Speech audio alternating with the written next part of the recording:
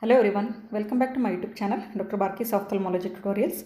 Today we will discuss about a very short topic, that is exposure keratopathy. It is very much asked in your 5-mark question as well as 3-mark questions and even in the Viva OC. I will be discussing this exposure keratopathy under the headings of definition, what are the causes for exposure keratopathy, signs and symptoms of exposure keratopathy as well as the management, and there is some few interesting points about the gold weight implantation in case of leiophthalmus. So without much delay, let's begin our video on exposure keratopathy. So if you want to define exposure keratopathy, it can be said like it is the keratopathy following exposure of the cornea. So these are the corneal changes which result from any disease process that limits the eyelid closure. Okay. So if there is improper eyelid closure and the cornea is constantly exposed, patient will go into exposure keratopathy. So there are various causes for exposure keratopathy. The first and most important is the seventh nerve palsy, that is facial nerve palsy, also called as Bell's palsy. Okay. The second is there is neurodegenerative conditions like in case of Parkinson's disease, and if there are eyelid diseases like ectropion secondary to cicatricial disease or the restrictive eyelid disease, then also the cornea is exposed. And in some drug abuses and even the skin disorders like Stevens-Johnson syndrome as well as xeroderma pigmentosa, and if the patient is having very extreme proptosis, the eyelids will not close properly, and in case of deep coma also the eyelids are not closed, and in some patients it is physiological. You might have seen some patients sleep with little open eyes, so they are also more exposed for this exposure keratopathy.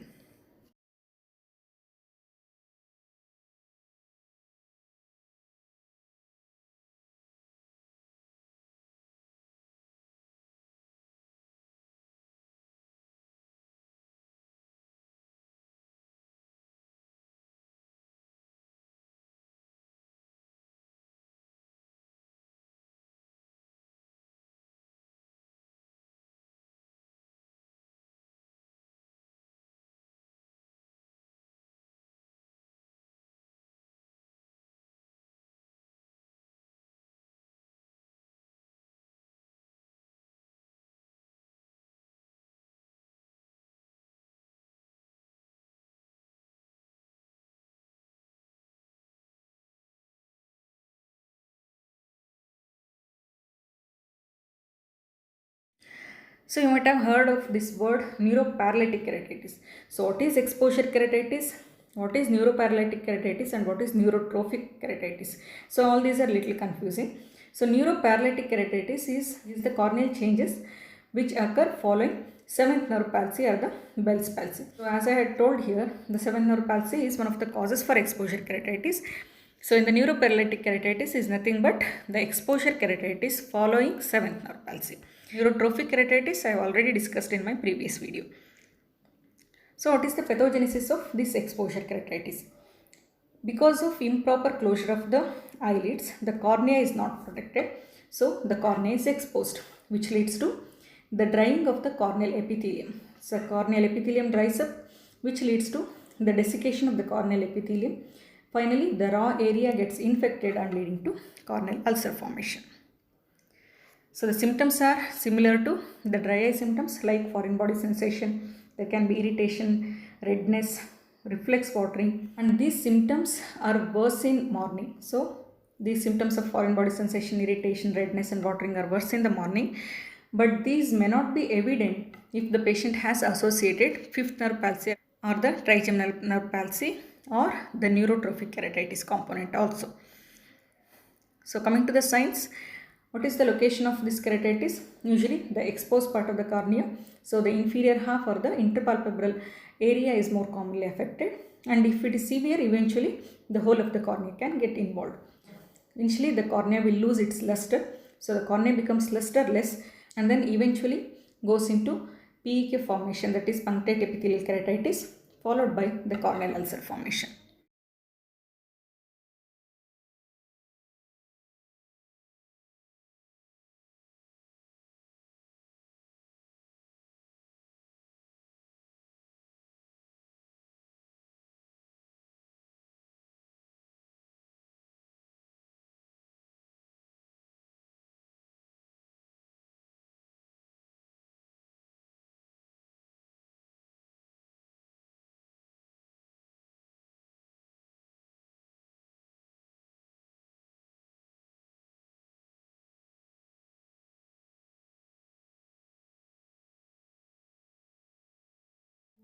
So this is a straightforward diagnosis. If you look at the eyelids movement, there is no proper closure of the cornea, so there is exposure. So there is no need to investigate further.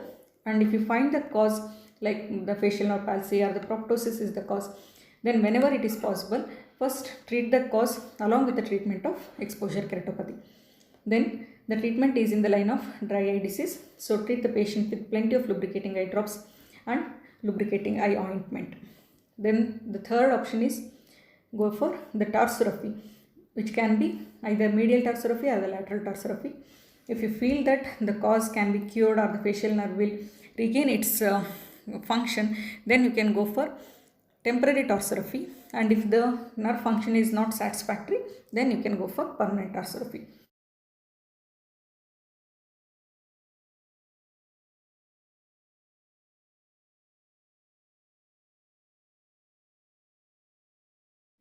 There is something called as gold weight implantation into the upper eyelid, which will droop down the upper eyelid to some extent, leading to covering of the cornea. I will be explaining this in detail next. Then the soft bandage contact lenses are dangerous because of high incidence of desiccation and the infection.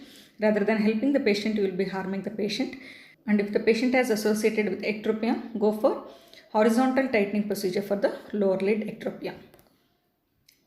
So these are the various treatment options available for exposure keratopathy.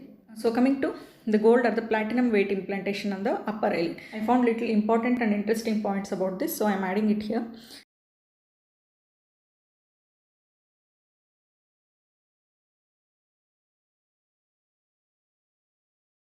So this is very effective technique for the lag of ophthalmos. It doesn't alter the interpalpebral fissure. Unlike your tarsorrhaphy, where there is alteration in the interpalpebral fissure, so it is cosmetically little unacceptable, whereas the gold or the platinum weight implantation will give a better cosmetic look.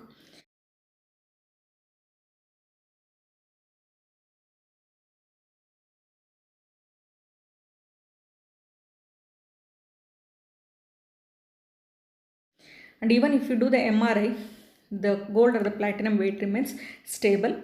The only complications which can happen with the gold or the platinum weight implantation are like infection. There can be shifting or the extrusion of the implant what you have placed. There can be unacceptable ptosis, and even there can be non-infectious inflammatory reaction to the gold weight.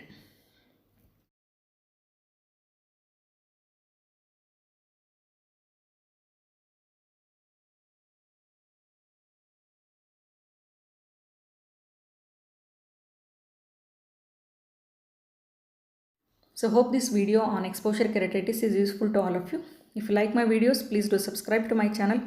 Press the bell icon for further notifications. Please do like and share my videos and leave your valuable comments in the comment section. Thank you so much.